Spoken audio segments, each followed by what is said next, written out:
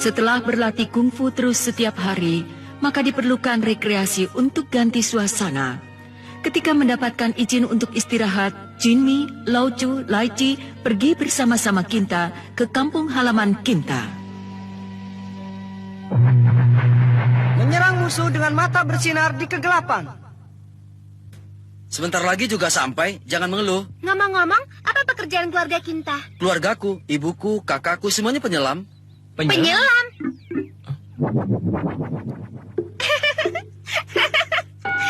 Ada apa? Kenapa kalian? Kenapa Jinmi? Kami tidak sedang menertawakanmu. Loh. Jinmi!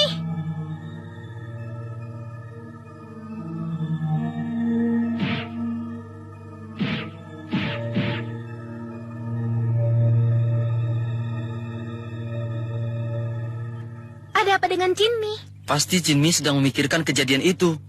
Kejadian apa? Sebenarnya tidak terlampau istimewa. Jinmi, Laucu, Kinta, apa kalian bisa ambil batu ini dari tanganku? Bagaimana? Baik, aku akan mencobanya.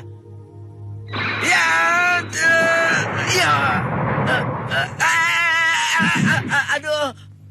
Kepala biksu, kalau cuma mengambil batu dari tanganmu, serahkan saja padaku. Lihatlah, ada burung yang terbang. Iya. Aku berhasil. Sayang sekali. Aku gagal. Berikutnya kau, Jinmi.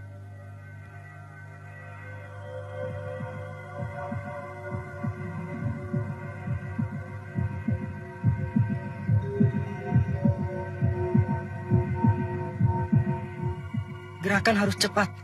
Baik, kini giliranku mengambilnya.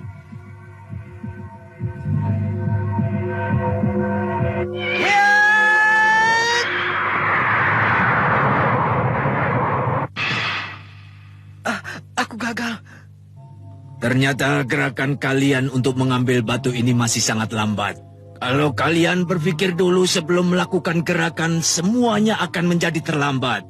Waktunya hanya sepersekian detik, dan akibatnya akan fatal kalau terlambat. Paham? Paham. Ingat, bergeraklah sebelum berpikir. Jadi sekarang sebaiknya bagaimana ya? Aku juga bingung jadinya. Lah, di mana dia? Hei, sini! Hei, sini cepat! Ayo kemari! Dia sudah teriak lagi. Dan dia seperti orang gila. Ayo, cepat! Nah, itulah kampung halamanku, Desa Jinja.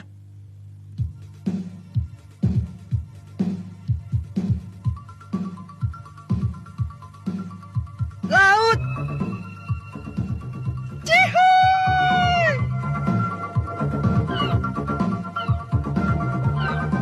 Mungkin saat-saat seperti ini semua orang sedang sibuk.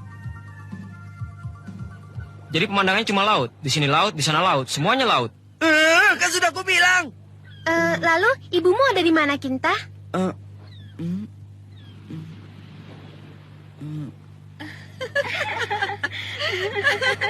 Ibu! Kinta?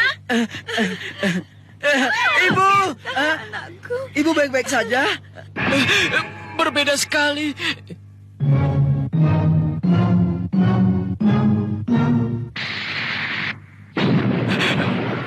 Kinta berbeda sekali dengan saudara-saudaranya. Mereka cantik-cantik. Lucu. Apa? Kenapa kaget seperti itu? Ya, kuperkenalkan, ini adalah ibuku. Saya ibunya Kinta, saya sering mendengar tentang kalian. Senang bertemu kalian. Dan ini kakak-kakakku. Namaku Kindran yang tertua. Namaku Kindrin. Saya Kindrun.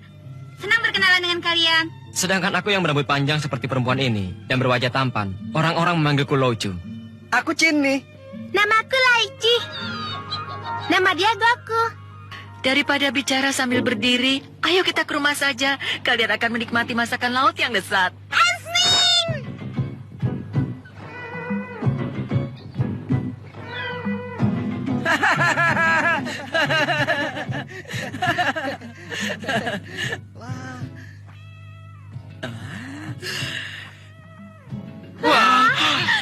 Ayo, makanlah. Kalau malu-malu nanti kehabisan. Ya, ayo kita makan. Wah, ayo kita makan.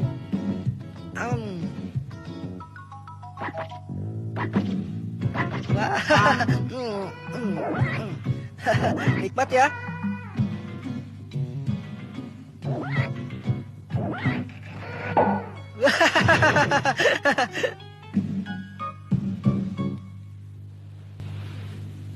Perutku kenyang sekali. Nikmat sekali ya. Lezat. Syukurlah. Bagaimana kungfumu Kinta setelah berlatih di Dairinci?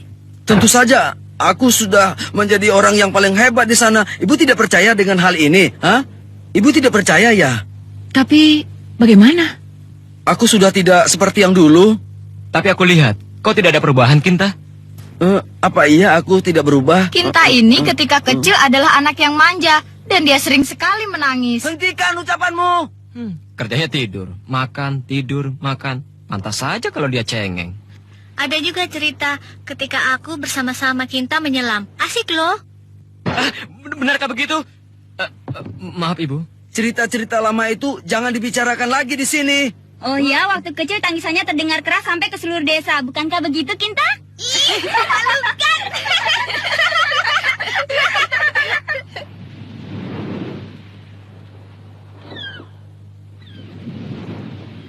Itu adalah cerita masa kecilku. Kapan kau mulai belajar kungfu? Aku belajar kungfu dari ayahku. Dahulu ayahku adalah jago kungfu di desa ini. Dan ayahku meninggal ketika aku masih kecil.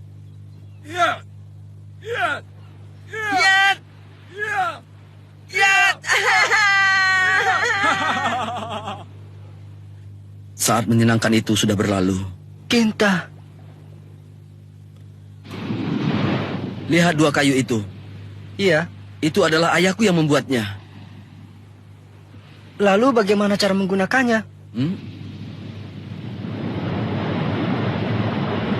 Siap, kita harus menyambut kedatangan ombak itu.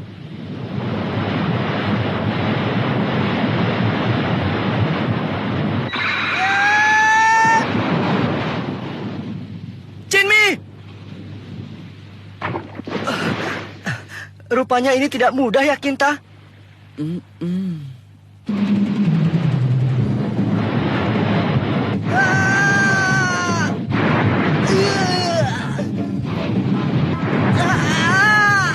Kamu tidak apa-apa?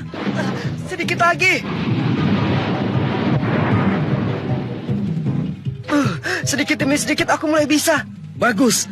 Pokoknya kita harus hancurkan kekuatan pusat ombaknya. Jangan kalah.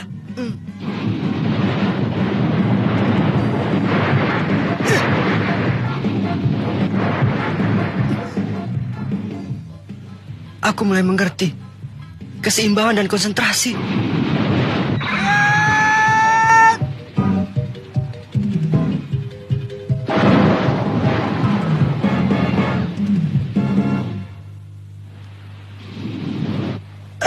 Aku capek sekali. Aku juga capek. Rasanya badanku jadi sakit semua. Kamu memang luar biasa. Ini semua berkat kamu, Kak Kinta. Bisa saja kamu.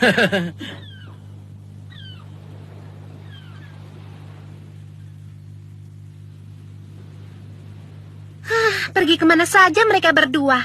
Kalau Kinta tidak ada, kita tidak akan bisa pulang ke Dairinji. Rupanya dia anak yang manja. Nanti akan kuceritakan pada yang lain. Laiji!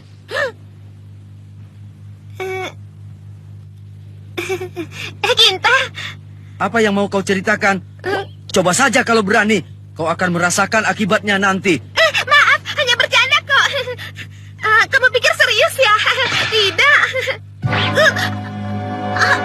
Hei, jangan pura-pura sakit seperti itu. Dasar bodoh. Ada apa? Kenapa kalian ribut sekali? Hei, Koku, kenapa kamu? Hah? Jinmi, bahaya. Ular itu berbisa.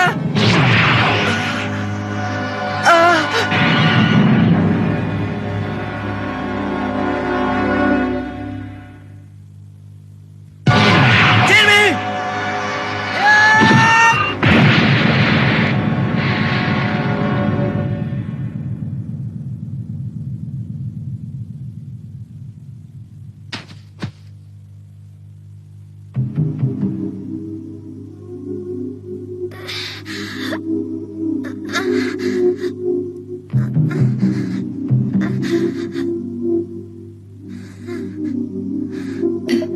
Daichi, kau tahan sedikit ya. Walaupun sudah diberi obat, kalau dibiarkan terus akan berbahaya. Harus segera dibawa ke dokter. Benar, dia harus segera dibawa ke desa Harumaki. Di sana ada dokter yang bisa mengobatinya. Waktunya terlalu lama, bisa-bisa nyawanya tak akan tertolong. Kalau tak segera ditolong, bisa ular itu akan menjalar ke seluruh tubuh. Kalau begitu, apa yang harus kita lakukan sekarang? Hanya ada satu cara. Dahulu pernah terjadi hal yang sama ketika aku masih kecil. Kinta, jangan-jangan yang kau maksud gua angker. Gua itu angker, Kinta. Tidak pernah ada orang yang hidup setelah memasuki gua itu. Gua itu ada makhluk penunggunya yang siap mencabut nyawa manusia. Aku tahu, hanya itu cara satu-satunya. Desa itu memang angker sekali. Tapi ayah melakukan hal yang sama. Karena ayah mengetahui hal itu, makanya ayah melalui gua itu. Kinta, ada apa dengan hal itu? Semua hal itu sudah kudengar sebelum aku pergi ke Derinji. Oh, begitu. Kita harus cepat bertindak. Aku akan pergi. Aku juga. Perkenalkanlah, aku mendampingi kalian. Tunggu dulu, Kinta. Biarkan mereka pergi. Bagaimana nasib mereka nanti, Bu? Di dalam dirinya mengalir darah ayahnya. Kupikir tadinya dia masih anak yang manja, tapi ternyata tidak.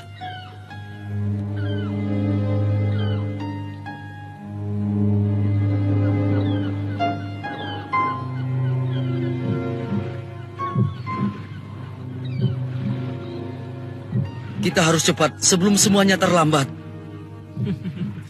Sekarang kita harus mengikuti perintahmu, begitu?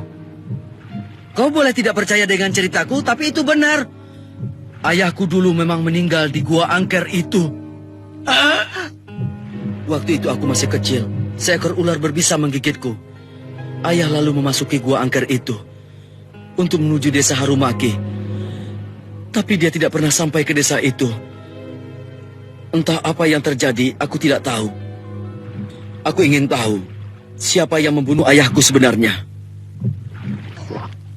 Kinta, bolehkah aku bertanya padamu? Bukannya aku takut. Apakah tidak ada jalan lain lagi? Takut? Tidak, aku tidak takut. Aku cuma bertanya saja. Tidak ada jalan lain. Tapi aku tidak takut sama sekali. Keberanian ini sudah menurun dari ayahku dan aku tidak akan pernah takut. Kinta. Itu dia.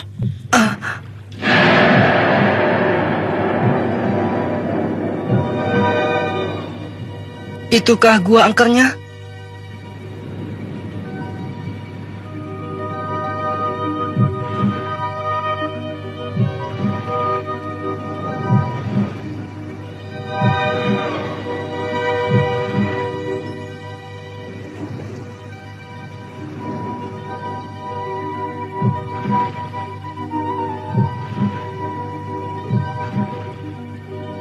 Mana Kinta? Katanya ada hantunya di sini. Mungkin dia takut dengan ilmu kungfu Derinji, iya kan?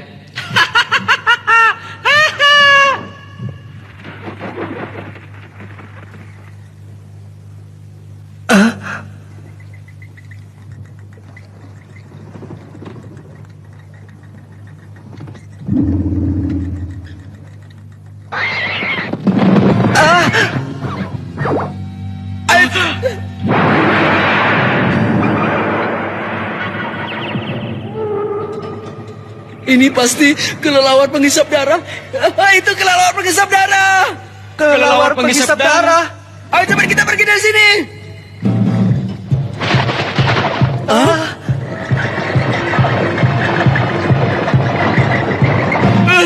Dia mengejar kita. Ayo.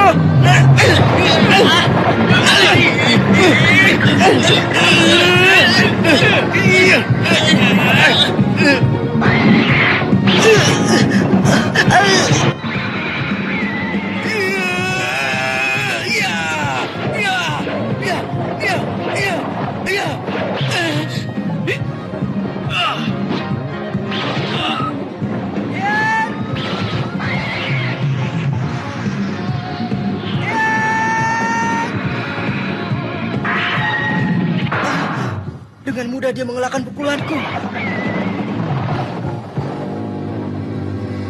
Mereka sudah pergi. Menurutku segera pergi dari sini adalah jalan yang terbaik. Aku pernah mendengar tentang kelelawar yang mengeluarkan gelombang ultrasonik dari mulut dan hidungnya. Dan mereka juga bisa mengetahui gerakan dari lawannya. Pantas saja dari tadi pukulanku tak ada yang mengenainya.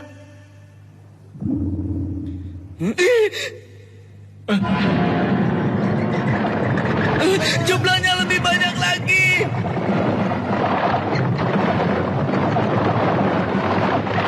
Lindungi Laici. Ya, ya, ya, ya, ya, ya,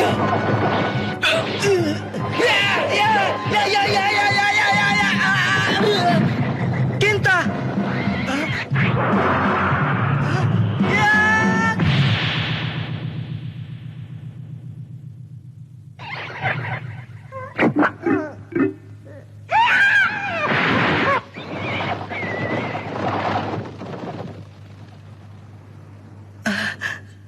Aku berhasil memukulnya. Jinmi, kau berhasil.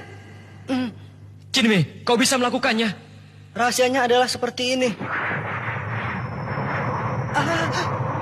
Ya!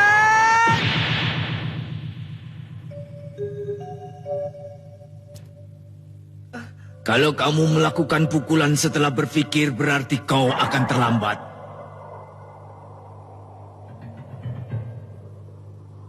Ya! Bergeraklah sebelum berpikir. Aku tahu, batu. Batu yang di tangan kepala biksu itulah jawabannya. Waktu dengan ular, aku pun tidak sempat berpikir. Tiba-tiba saja tanganku bergerak. Bergeraklah sebelum berpikir. Ayo, sekarang kita lanjutkan perjalanan kita. Jinmi, sekarang aku sudah siap untuk melawan mereka. Laucu, jaga Laici. Baik, akan kujaga.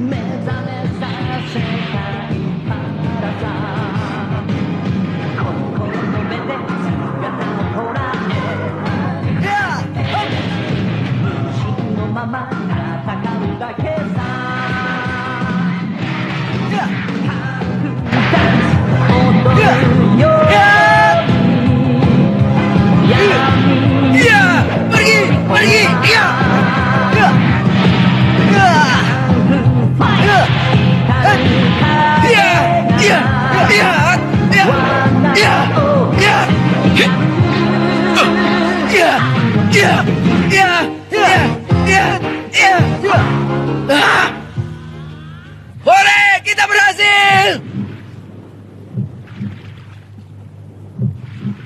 Itulah desa Harumaki. Laici.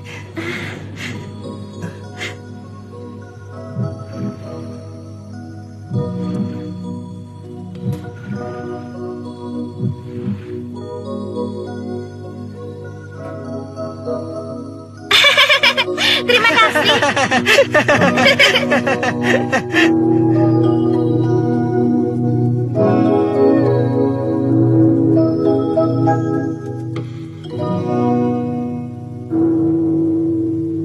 Laucu, apa sih yang akan dilakukan oleh Jinmi? Pokoknya lihat saja. Ya, kita lihat saja.